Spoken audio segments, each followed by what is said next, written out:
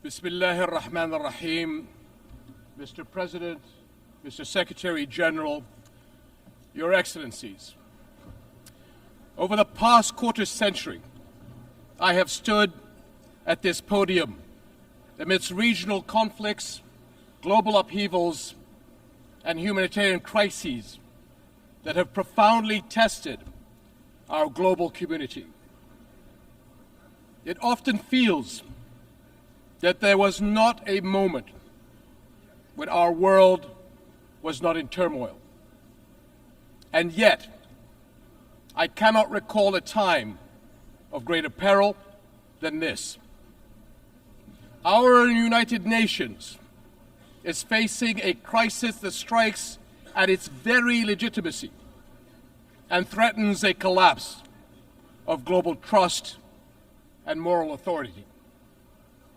The UN is under attack, literally and figuratively. For nearly a year, the sky blue flag flying over UN shelters and schools in Gaza has been powerless to protect innocent civilians from Israeli military bombardment.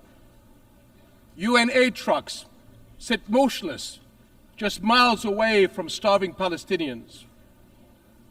Humanitarian workers who proudly wear the emblem of this institution are disparaged and targeted. And the rulings of the UN's International Court of Justice are defied, its opinions disregarded. So it's no surprise that both inside and outside this hall, trust in UN's cornerstone principles and ideals is crumbling. The harsh reality many see is that some nations are above international law, that global justice does bend to the will of power, and that human rights are selective, a privilege to be granted or denied at will. We cannot stand for that. And we must recognize that undermining our international institutions and global frameworks is one of the gravest threats to our global security today. Ask yourselves, if we are not nations united in the conviction that all people are equal in rights, dignity, and worth, and that all countries are equal in the eyes of the law, what kind of world does that leave us with?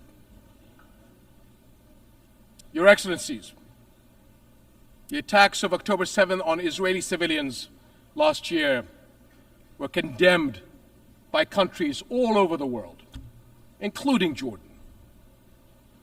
But the unprecedented scale of terror unleashed on Gaza since that day is beyond any justification.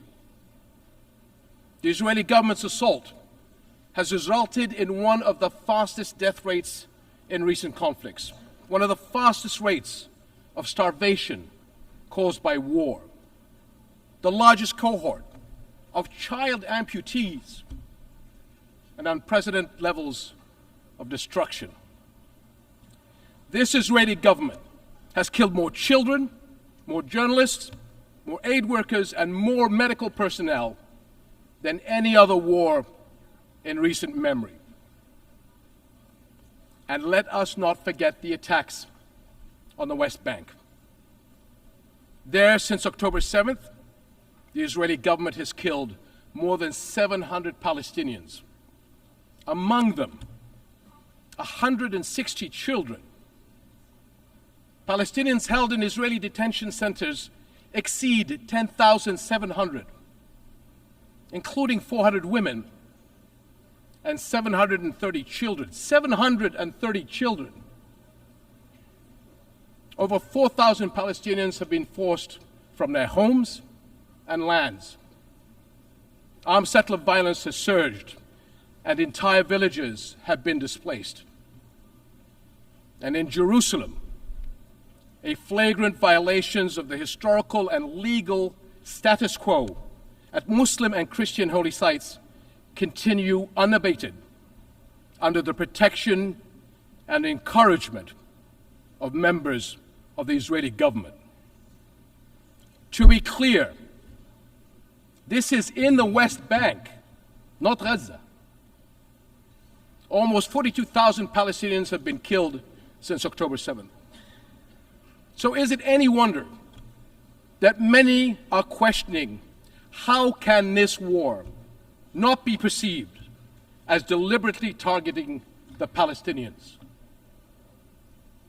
The level of civilian suffering cannot be written off as unavoidable collateral. I grew up a soldier in a region that is all too familiar with conflict. But there is nothing familiar about this war and the violence unleashed since October 7th. In the absence of global accountability, repeated horrors are normalized, threatening to create a future where anything is permitted, anywhere in the world. Is that what we want? Now is the time to ensure the protection of the Palestinian people.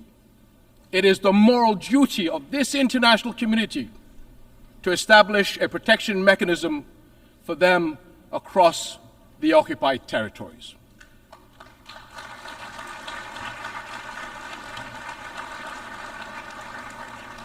This will guarantee the safety of Palestinians and Israelis from extremists who are taking our region to the brink of an all-out war. That includes those who continue to propagate the idea of Jordan as an alternative homeland. So let me be very, very clear. That will never happen. We will never accept the forced displacement of Palestinians, which is a war crime.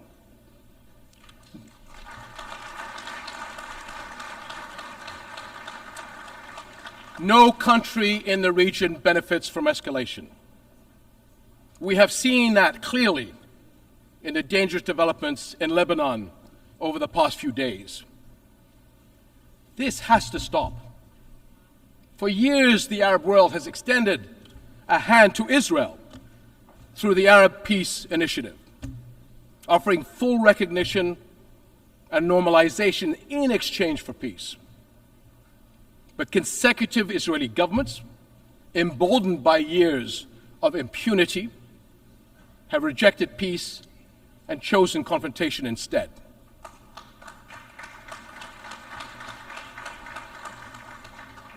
Impunity gathers force. Left unchecked, it gains momentum. Palestinians have borne more than 57 years of occupation and oppression. During this time, the Israeli government has been allowed to cross one red line after another. But now, Israel's decades-long impunity is becoming its own worst enemy, and the consequences are everywhere. The Israeli government has been accused of genocide at the ICJ. Expressions of outrage at its conduct are echoing around the world. Cities everywhere have seen mass protests, and calls for sanctions are growing louder. International frustration with Israel has long been mounting, but it has never been more exposed. For decades, Israel has projected itself as a thriving Western-style democracy in the Middle East. But the brutality of the war on Gaza has forced the world to look closer. Now many see Israel through the eyes of its victims. And the contradiction, the paradox, is too jarring. The modern advanced Israel admired from afar, and the Israel that Palestinians have experienced firsthand, simply cannot coexist. Israel will eventually be entirely one or the other. That is the choice its leaders and its people will have to make. To live by the democratic values of freedom, justice, and equality for all, or to risk further isolation and rejection. Over and over, we have watched Israel try to achieve security through military means. Each escalation is followed by a pause until the next deadlier one. And for years, the global community has taken the path of least resistance, accepting the status quo of the ongoing military occupation of Palestinians, all the while paying lip service to the two-state solution. But it has never been more evident that the current status quo is untenable. And as the International Court of Justice's advisory opinion underscored 2 months ago, it is unequivocally illegal. The court's opinion bears a moral imperative to us all. The obligation it carries is one that our nations cannot afford to ignore for the sake of our world, as well as the future for Palestinians and Israelis alike. Because both peoples deserve to live their lives in dignity, free of violence and fear. And the only way to achieve that is a just peace, one grounded in international law, justice, equal rights, and mutual recognition. That is something we, as nations and people everywhere, can and must unite around.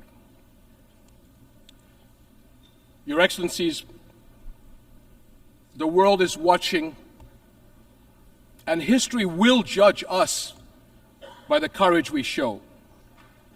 And it is not just the future that will hold us accountable, so will the people of the here and now. They will judge whether we as the United Nations will surrender to inaction or will fight to uphold the principles that anchor this institution and our world. Right now they are asking whether we will stand by as parents watch their children waste away, as doctors watch their patients die for lack of basic medical supplies, and as more innocent lives are lost because the world failed to act. This war must end. Hostages and detainees must return home. But every day we wait is one day too long for far too many.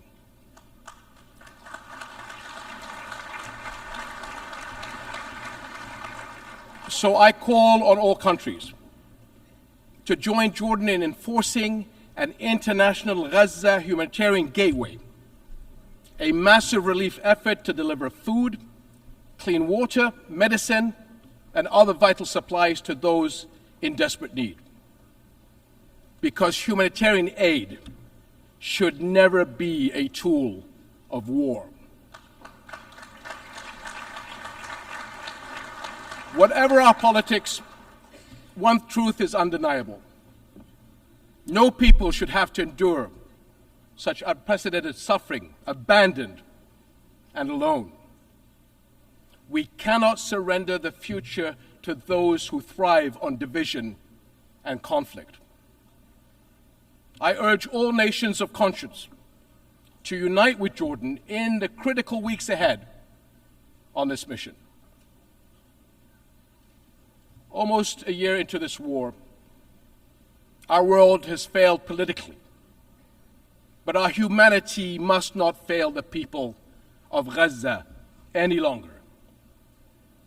Echoing the words of my father from 64 years ago at the 15th session of the General Assembly, I pray that this community of nations may have the courage to decide wisely and fearlessly, and will act with urgent resolve that this crisis and our conscience demand.